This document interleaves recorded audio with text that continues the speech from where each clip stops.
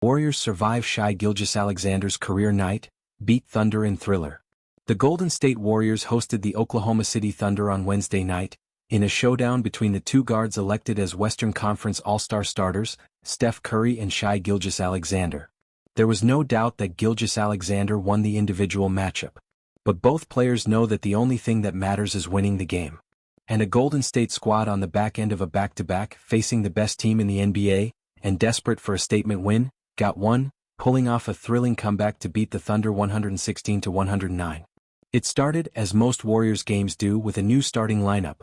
This time rookie Quinten Post was inserted into the starting five alongside Curry, Payton II, Buddy Hield, and Andrew Wiggins.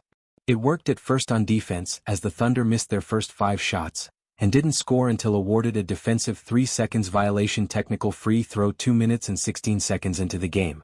But Golden State's offense couldn't follow their strong defensive start, and soon the defense crumbled. After those 5 consecutive misses, the Thunder rattled off 5 consecutive makes en route to a 15-4 run. Before long, the deficit was double figures, and by the end of the quarter it looked like Warriors fans were in for a long night. Gilgeous-Alexander, chasing his first career MVP award, made a first-quarter statement, getting everything he wanted and dominating the Warriors in every area. The All-Star matchup was decidedly one-sided. After one quarter, FA had 21 points on 7-4-8 shooting, while Curry had yet to score, and had missed all 5 shots, running his consecutive misses streak to 13.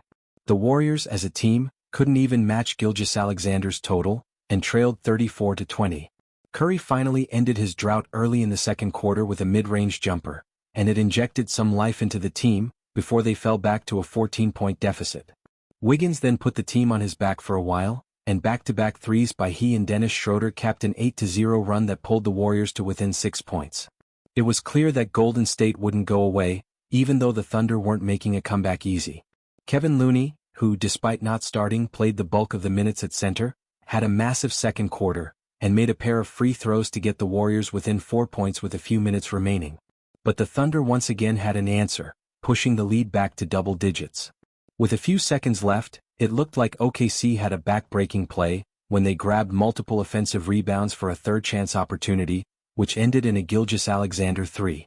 But Wiggins gave the Dubs a little momentum with a buzzer-beating 3 of his own, making it a 58-48 deficit at the break. At halftime, Gilgeous-Alexander had outscored the Warriors starters 31-23, and had outscored Curry 31-4. The Warriors had shot just 4 for 21 on threes, though with the Thunder shooting just 5 for 20 from distance. There wasn't much hope that some course correction on that front would change the score. But an angry Curry sparked the third-quarter Warriors that we all hope for every game day. About a minute into the half, with no points on the board for either team, a momentum-shifting play occurred. The Thunder missed a shot but got the offensive rebound. They missed a second shot but got a second offensive rebound. They missed a third shot but got a third offensive rebound. We all hung our head as the inevitable felt like it was creeping in. Those are the plays that are demoralizing. They missed the fourth shot though, and this time the Warriors found the rebound. Payton leaked out in transition for an and one, putting not just 3 points on the board but a 4th foul on Jalen Williams.